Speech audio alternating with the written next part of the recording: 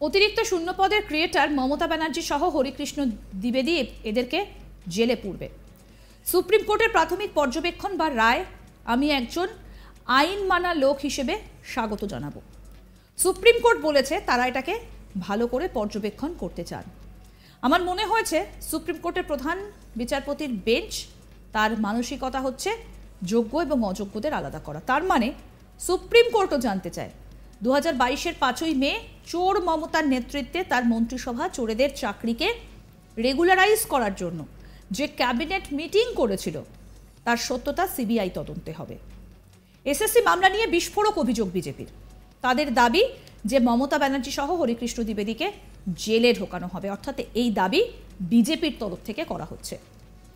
মঙ্গলবার পূর্ব বর্ধমানের ভাতারের MP high school মাঠে বর্ধমান দুর্গাপুর লোকসভা কেন্দ্রের বিজেপি প্রার্থী দিলীপ ঘোষের সমর্থনে নির্বাচনী জনসভায় উপস্থিত ছিলেন বিরোধী দলনেতা শুভেন্দু অধিকারী। এদিন আগাগোড়া রাজ্য সরকার ও মমতাকে নিশানা করে আক্রমণ করেন শুভেন্দু।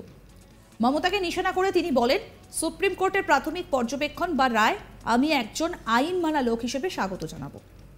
সুপ্রিম কোর্ট বলেছে তারা এটাকে ভালো করে পর্যবেক্ষণ করতে চান। আমার মনে হয়েছে সুপ্রিম কোর্টের প্রধান বিচারপতির বেঞ্চ তার মানসিকতা হচ্ছে যোগ্য এবং অযোগ্যদের আলাদা করা। তার মানে সুপ্রিম কোর্টও জানতে চায় 2022-এর 5ই মে চোর মমতার নেতৃত্বে তার মন্ত্রিসভা চোরেদের চাকরিকে রেগুলারাইজ করার জন্য যে ক্যাবিনেট মিটিং করেছিল তার সত্যতা সিবিআই এর তদন্তে হবে। আমরা জানি মাফলার গাছে হাওয়াই চটিও যাবে, গোটা বাংলা জানে। আমি বিরোধী দলনেতা হিসেবে ওয়েলকাম করছি, যোগ্য এবং অযোগ্য বাছাই হয়ে যাবে। অতিরিক্ত শূন্য পদের ক্রিয়েটার মমতা ব্যানার্জি সহ হরিকৃষ্ণ দ্বিবেদী এদেরকে জেলে পুরবে। শুনুন কি বলছেন বিরোধী দলনেতা শুভেন্দু অধিকারী।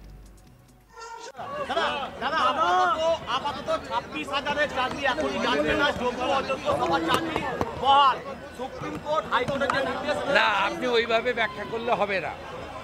মহামান্য সুপ্রিম কোর্টের যে প্রাথমিক পর্যবেক্ষণ বা রায়, এই রায়কে আমি একজন আইন মানা লোক হিসেবে এবং যেহেতু এমএলএ ল মেকার আমি স্বাগত জানাবো। তার কারণ হচ্ছে সুপ্রিম কোর্ট বলেছে যে তারা যেহেতু 25,000-এর ইনভলভমেন্ট, তারা ভালো করে এটাকে শুনানি করতে চান, দেখতে চান। এবং আমার মনে হয়েছে সুপ্রিম কোর্টের মহামান্য প্রধান বিচারপতির বেঞ্চ তার মানসিকতাটা হচ্ছে যোগ্য এবং অযোগ্যদের আলাদা করা।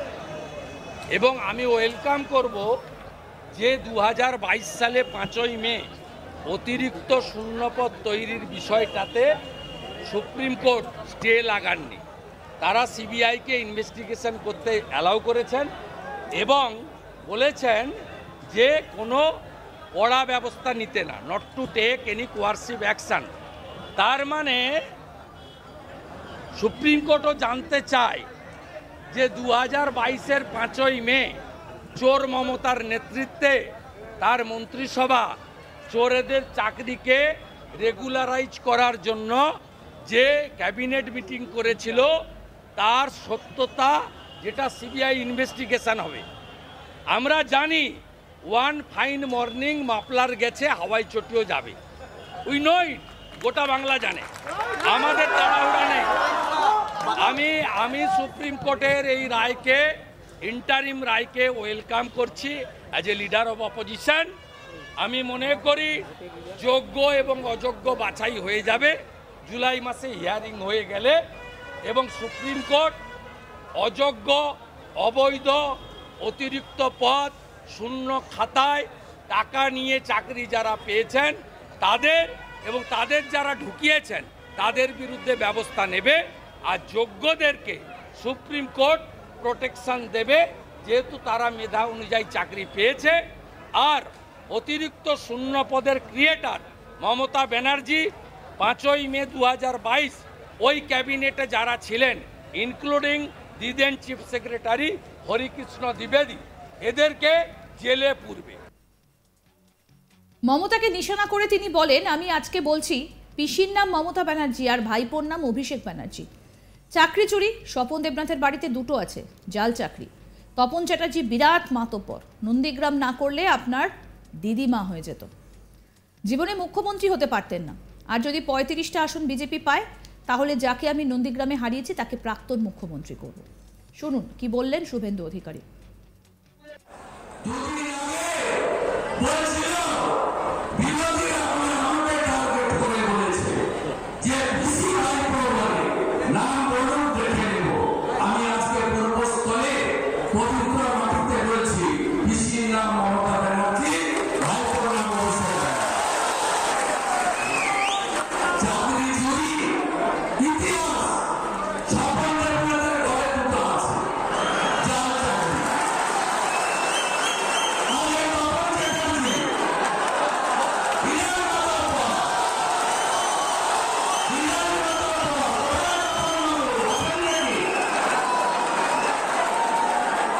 বিধানসভায় একদিন আমার দিকে এক আসছে। আমি বলছিলাম আচ্ছা আসুন, আমি দাঁড়িয়ে আছি, আমার শিক্ষাবিদ্যা আছে, আমার বাড়ির লোক ব্রিটিশে চেয়েছিল বিভিন্ন অধিকারী আহত। আপনাদের মতো হালি নেতা আমরা নই। নন্দীগ্রাম না করলে আপনার দিদি থেকে বিনিমা হয়ে যেত, জীবনে মুখ্যমন্ত্রী হতে পারত না।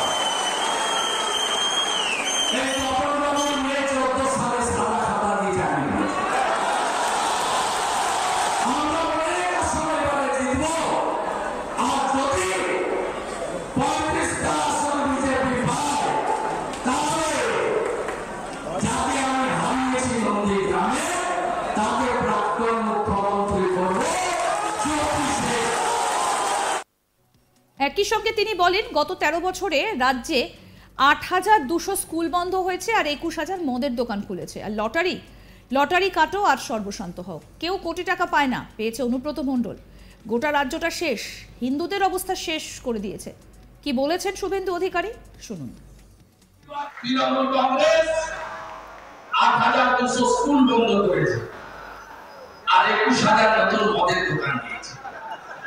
ভাতা, ভিক্ষা, ভর্তুকি আর দিয়ার